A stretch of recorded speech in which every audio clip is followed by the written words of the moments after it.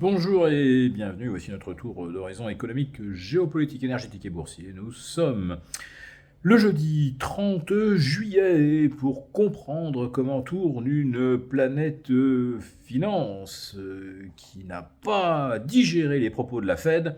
C'est sur l'inforruptible et nulle part ailleurs, et cette chronique du jour, je l'intitulerai « Les taux flambent ». Le pyromane s'appelle Kevin Warsh. Alors, la réunion de la Fed des mardis et mercredis 28 et 29 juillet se conclut par un sacré coup de chaud sur les taux, avec un 30 ans américain au plus haut, non pas depuis 20 ans, mais pas loin, un peu plus de 19 ans. On est à 5,23%, donc c'est vraiment un plus haut quasi historique. Le 10 ans américain a refranchi le cap des 4,70 et les taux longs européens se font contaminer puisqu'on est à plus de 3,18 sur le 10 ans allemand et nos OAT renouent avec les 4%. Oups, j'allais oublier le Japon avec un 10 ans qui refranchit les 2,80. Ouais, là, on peut le dire, il y a le feu, il est temps d'envoyer les pompiers, mais au milieu de l'été, ils ont souvent mieux à faire ou sont occupés. En tout cas, Kevin Warsh, lui, a vraiment joué le pompier pyromane en ne délivrant pas de guidance, c'est-à-dire en n'avertissant pas les marchés des stratégies qu'il comptait mettre en place d'ici la mi-septembre. Or pourtant ça crève les yeux, il y a de l'inflation, le baril de pétrole est repassé au-dessus des 92 $. Mais oui, ça canarde à nouveau dans le golfe Persique. Les États-Unis annoncent qu'ils ont bombardé cette nuit, on n'a pas pour l'instant le détail. Mais Trump avait prévenu que les bombardements de mercredi matin ne resteraient pas impunis. L'Iran a non seulement visé des installations pétrolières saoudiennes, mais aurait également visé un méthanier dans un port égyptien.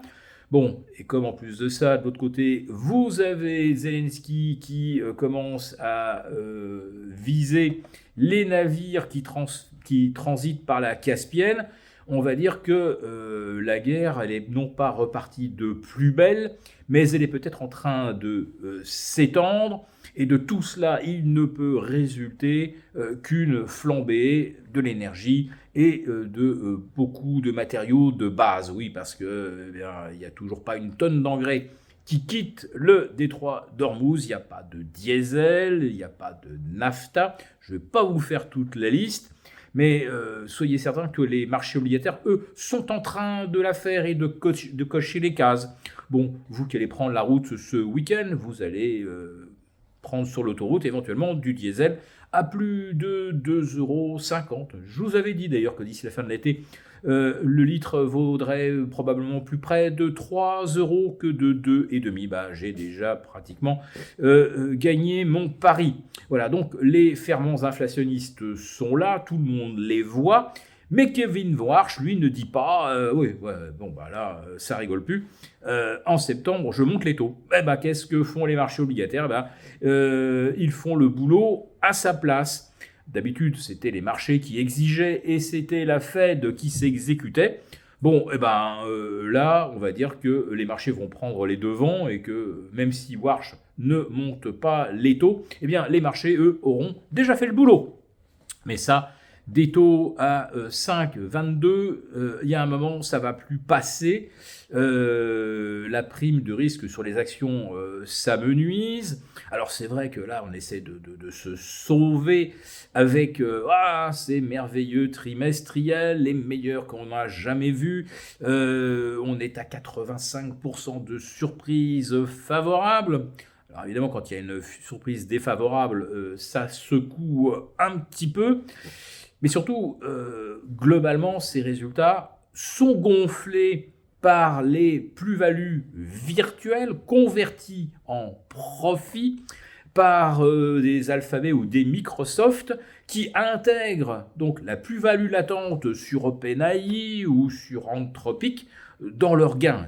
En réalité, ces gains pourraient ne pas exister, mais là, comptablement, ça passe, et donc ça nous donne une profitabilité record au deuxième trimestre. Elle est largement fictive. Et puis souvent, on s'aperçoit que les prévisions annoncées ces derniers jours ne matchent pas avec les anticipations.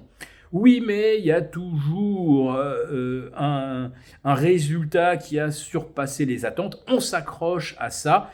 Et c'est assez visible avec la hausse du Dow Jones qui contrebalance le plongeon du Nasdaq. Et le Nasdaq 100 hier s'est retrouvé en l'espace d'une heure et demie.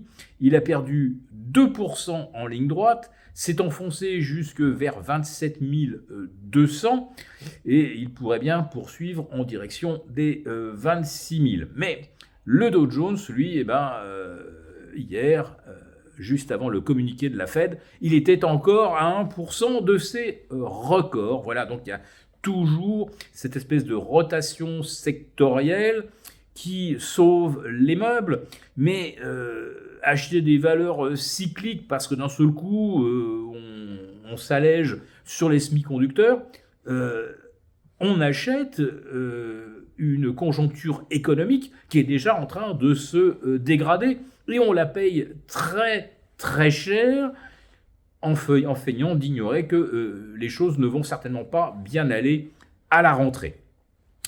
Alors je voudrais ouvrir une petite parenthèse qui concerne cette fois-ci non plus l'économie, mais qui concerne aussi l'information, le droit d'informer. Bon, on voit que la situation se tend en France en l'espace de 48 heures. On a une campagne des déconspirateurs contre tous les sites complotistes qui ont le tort de donner des indications assez justes et véridiques sur l'état de notre économie. Si vous parlez de taux et de dette, vous risquez de voir votre compte bancaire, vous vous faites éjecter en fait par votre banque. Donc après les déconspis, c'est au tour du canard enchaîné de s'attaquer à Idrissa Berkane, de s'attaquer à Alexis Poulain.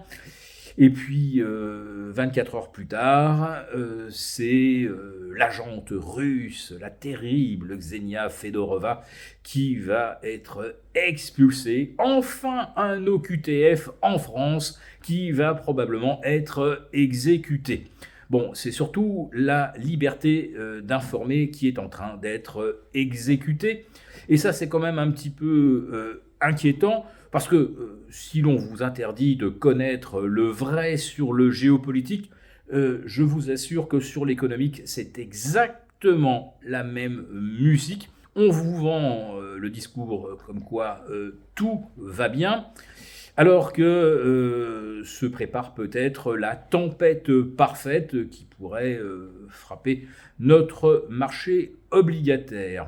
Mais bon, allez, moi je vous fais le pari, c'est que si ça se met à chauffer ou les taux à flamber, eh bien cette fois-ci, le pompier s'appellera Christine Lagarde. Pour vous remercier de votre fidélité, vous pouvez télécharger gratuitement notre rapport spécial qui contient 6 recommandations ingénieuses pour profiter de l'essor, de l'argent et de l'or. Il vous suffit de cliquer sur le lien en description pour l'obtenir gratuitement. Merci et à bientôt! Merci beaucoup d'avoir regardé cette vidéo. N'hésitez pas à réagir dans les commentaires ou à liker et partager cette vidéo si le contenu vous a plu. Et pour ne rater aucune de nos prochaines émissions, vous pouvez vous abonner à notre chaîne et activer les notifications. Et pour plus de contenu, n'oubliez pas que le dernier rapport rédigé par nos experts est accessible en cliquant sur le lien de description. On se retrouve tout de suite dans les commentaires et je vous dis à très bientôt pour une prochaine vidéo.